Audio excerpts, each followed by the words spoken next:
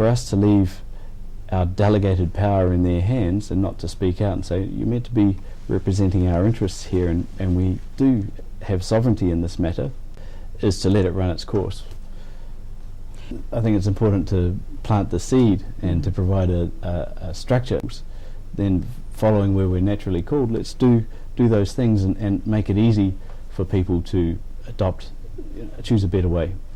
To be able to do something and to do nothing is the same as actually doing it.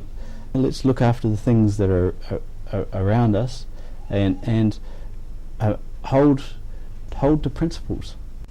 E te whānau ngā mihi rā kia koutou katoa e mātaki mai nā. Mātaki mai I whakarongo mai ki ngā kōrero a tēnei o a tātou a whanaunga. I roto I ngā whakaritenga e pāna ki te āhuatanga e kite ana e tātou ia wā mo te taha tōranga pū, ngā piki, ngā heke o te hapu. Nā reira ngā mihi, nau mai, haere mai ki tēnei wāhanga kōrero. Kia ora, Simon. Maybe an introduction to our viewers and also a bit of background. Kia ora, nā wai. Thanks for having me. I was raised in Gisborne and very much brought up in the Western society. My mum is, on my mum's side, European, 5/8, blonde hair, blue eyes, and my father's very much tangata whenua Māori, and so that in itself was an experience because we were considered half caste. I was raised with the curriculum of accounting, economics, and that actually was what I went on to do at university. I did a business degree at Massey University and then worked corporate in Wellington for a few years. There has to have been some sort of awakening during this period. Yeah, for me it started in England and approaching things in business with integrity. Like a business is meant to be a going concern, so you'd make decisions so that it would be here tomorrow as it would be today. You wouldn't just go for the short-term gain. And I very quickly learnt that was not how these businesses were being ran. And also people within it were not acting with integrity either. They were just after their bonuses. So for someone that tried to apply themselves to business in an integrous way, it really had me at a crossroads quite quickly. I built a forecasting system for one of the largest companies in the UK. They started looking at customers instead of just numbers, selling products. And then I went on to forecast that they were going to go bust within 6 months if they continued. And they continued. So it was forced upon me, this corporate awakening, and I really just dropped out. And I didn't know what to do with myself for a while, so I went surfing and tried to live a simple life. And so after a short period of that, I tried to find a happy medium. And I thought, well, if these big companies have these problems, then maybe I should just start my own company.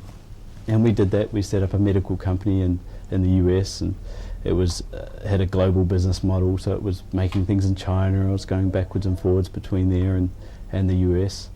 That was a good business. We survived a lawsuit, we survived a product recall, personal development. I met my lovely wife and had our first child was on the way. In fact, it was that our first child was on the way that sort of had me reevaluate my priorities. And an issue came along that the government in California was going to spray the citizens at low level, all the Bay Area cities.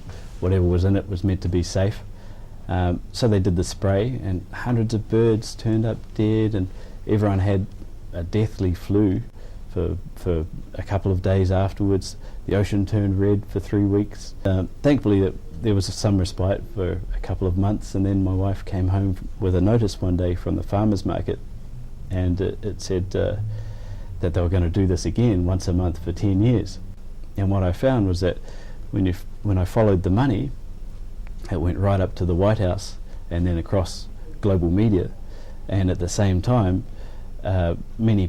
most of the people there didn't want to know about it. They were ignoring it.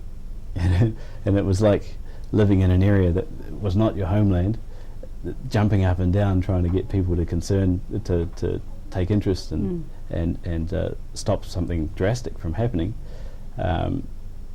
with a timer going. So I woke up one morning and the conclusion was obvious that I need to come home and focus on real solutions and getting my hands in the ground, learning my culture, investing and turning things around in this nation. And community and local solutions, I had a real clear picture that local solutions, which I now know as haputanga, and law were keys to our success. It was in fact law that stopped that spray. In the end, the California Constitution was upheld in a court on the second attempt. So that spurned an interest in law. So during this whole time, we'd look at the different issues, and we're looking at the scope of national sources and other ideologies. So still in this mix here, what were you feeling? You're looking at the society as such. You're seeing a number of issues that are happening here as where you just left, or we were behind in some instances, or in front in some instances. So what was the overall scope at that time?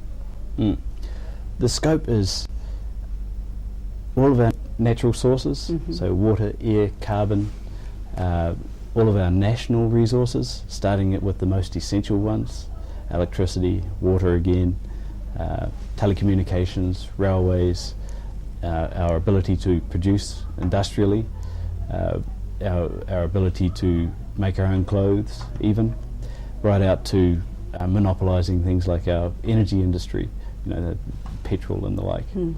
Yeah. And finally the human resources, to look at all of the population as just potential workers that were either productive or not productive. And that's, I think, the most challenging thing to come to grips with, especially as a parent, that do I want to give that future to my children, given these trends of losing freedoms almost daily. Where would it be for them, and how much harder would it be for them to turn it around? I spent a year looking at what was going on and trying to get through all of these conspiracies, including global warming, which is, sure, it's good for us to discuss what are the causes of pollution, but to think that a central global tax, carbon tax, is the solution, you know, no, the solution's in our hands, in our own backyards, in our hapu, on the rohe. Instead of allowing others from afar to dictate the zoning and what happens with the national or local resources, we should recognise that we just need to group together as an association of people that it relates to and say, well, we want it this way.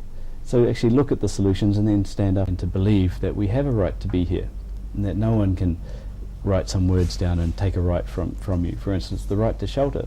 How many people today would agree that I have a right to build the best shelter I can for my family, and that no one else has the authority to take it away from me? I think a lot of people would disagree. Yet an animal has that right. So surely we can give that to ourselves. It's become a foreign concept, actually. It has. So, but is it our truth? Are we speaking our truth when we say, and is it in our best interest to say that we don't have it, or we need to look to someone else for our right to shelter? It's not. So that's a little change in consciousness on a personal level. Now, going from that, recognising that we're associated of necessity to those around us, and that power corrupts, and absolute power corrupts absolutely. So not to look to these international UNs, IMFs, World Trade Organizations, Crown, for instance, stock exchange, but to look locally, and that's where the sovereign in society is back with the hapu, back with the village, and it's a mind the pennies approach to reforming society.